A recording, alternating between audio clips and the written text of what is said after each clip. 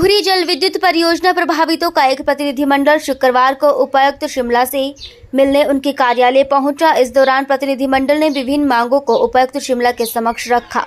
इसमें विशेष रूप से प्रभावित परिवार से लोगों को रोजगार देने और क्षेत्र में हो रही गैरकानूनी डंपिंग को रोकने की मांग की गई। सीपीआईएम नेता राकेश सिंघा ने कहा कि सतलुज नदी पर बनी जल विद्युत परियोजनाएं आज विवाद का विषय बन गई है। खासतौर पर लुहरी जल विद्युत परियोजना केबीसी को लेकर आज वो उपायुक्त कार्यालय पहुंचे हैं। उन्होंने कहा कि इस परियोजना के तहत 132 लोगों की जमीन चली गई, लेकिन इन प्रभावित परिवारों में से लोगों को रोजगार नहीं दिया गया। इसके अलावा राकेश सिंघा ने कहा कि क्षेत्र में गैर कानूनी डंपिंग की जा रही है, जिसे तुरंत रोका जाना चाहिए। इसको लेकर वो प्रदेश के मुख्य सचिव से मिलने भी जा रहे हैं। मांग उनके समक्ष की गई है। देखिए, आप जानते हैं कि जितने भी सतलुज नदी पर प्रोजेक्ट है बहुत विवादित हो गए, और विवाद का एक मुख्य कारण है जो गैर कानूनी डंपिंग नदी में हो रही है। वो एक बहुत गंभीर मसला है और उस मसले को लेकर 3 बजे मैं हिमाचल प्रदेश के चीफ सेक्रेटरी महोदय को भी मिल रहा हूँ, और ख़ास तौर पर वो सुन्नी हाइड्रो प्रोजेक्ट के सिलसिले को लेकर है। जहाँ तक प्रश्न लुहरी हाइड्रो प्रोजेक्ट का है, उसमें हमने बहुत साफ और स्पष्ट प्रशासन को कह दिया है और इसके बाद सरकार को भी कह देंगे, जो प्रोजेक्ट प्रभावित की पीड़ा है उस पीड़ा को दुर्भाग्यपूर्ण कानून होने के बावजूद, नीतियां होने के बावजूद सरकार और सरकार का तंत्र उस पीड़ा को दूर नहीं कर पा रहा है। और इसलिए आप जानते हैं कन्नौर में बहुत से प्रोजेक्टों के प्रश्न को लेकर जो नौजवान हैं और महिलाएं हैं, उन्होंने वो प्रोजेक्ट बनने ही नहीं दिए। हम ऐसी परिस्थिति नहीं चाहते हैं कि ऐसी परिस्थिति पैदा होए, और इसलिए हमने डिप्टी कमिश्नर महोदय से विनती की है, जो कानून है, जो नीतियां हैं, मेहरबानी करके उनको लागू किया जाए। और वो क्या है, जमीन चले गई 132 लोगों की जो जमीनें इसमें गई ज्यादा की है, लेकिन 132 को अभी तक रोजगार नहीं दे पाई है जो सतलुज जल विद्युत निगम और जो पटेल कंपनी है।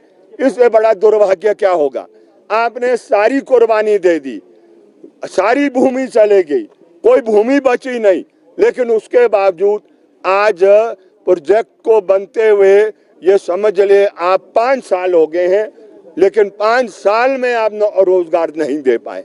और इसलिए हमने कहा 1 अप्रैल 2024 से जिन्होंने अप्लाई किया है, अगर अनस्किल्ड होगा तो अनस्किल्ड का वेजेस देना होगा, हाईली स्किल्ड होगा तो हाईली स्किल्ड का वेजेस आपको देना होगा। ये प्रश्न भी रखा है।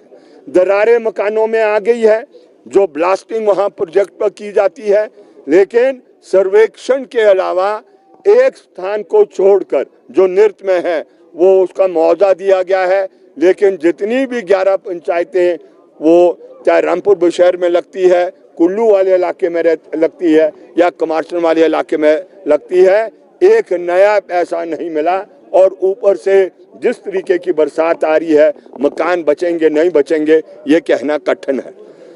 लगातार 2019 से मैं समझता हूं कोई किसान ऐसा नहीं होगा जिसकी ये 10वां हिस्सा भी फसल का लगा हो, चाहे प्लम है, बादाम है, या आपके एप्रिकॉट है, या चरी या सेब है। उस इलाके में इसलिए नहीं लग रहा है, जो धूल उड़ती है, सारी की सारी धूल तमाम फसलों को नष्ट कर लेती है। और वो एक साल को छोड़कर जो 2021-22 का कुछ पंचायतों में मुआवजा दिया है, बाकी अभी सारे देख ही रहे हैं कि कब सरकार और सरकार का तंत्र मदद करेंगे।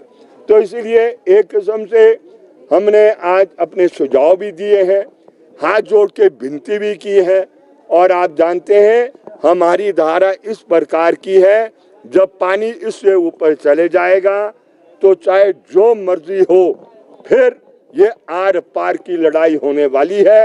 आर पार की लड़ाई से पहले जितने भी दरवाजे होंगे उन दरवाजों को हम खड़काएंगे और कोशिश करेंगे कि उससे लोगों को न्याय मिले।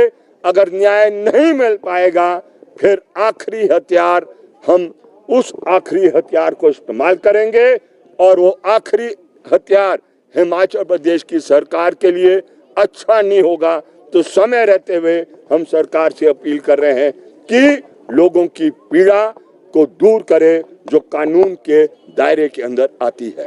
बीते दिनों मुख्यमंत्री हिमाचल प्रदेश के माननीय मुख्यमंत्री महोदय ने ये वायदा किया था कि 10 जून के बाद वो एक व्यापक मीटिंग करेंगे, लेकिन आप जानते हैं कि कुछ ग्रह ऐसे हिमाचल प्रदेश पर आए हैं, एक चुनाव के बाद दूसरा, दूसरे के बाद तीसरा। ये हम समझते हैं ये चुनाव की जरूरत नहीं थी। क्या जरूरत थी निर्दलीय को इस्तीफा देने के लिए?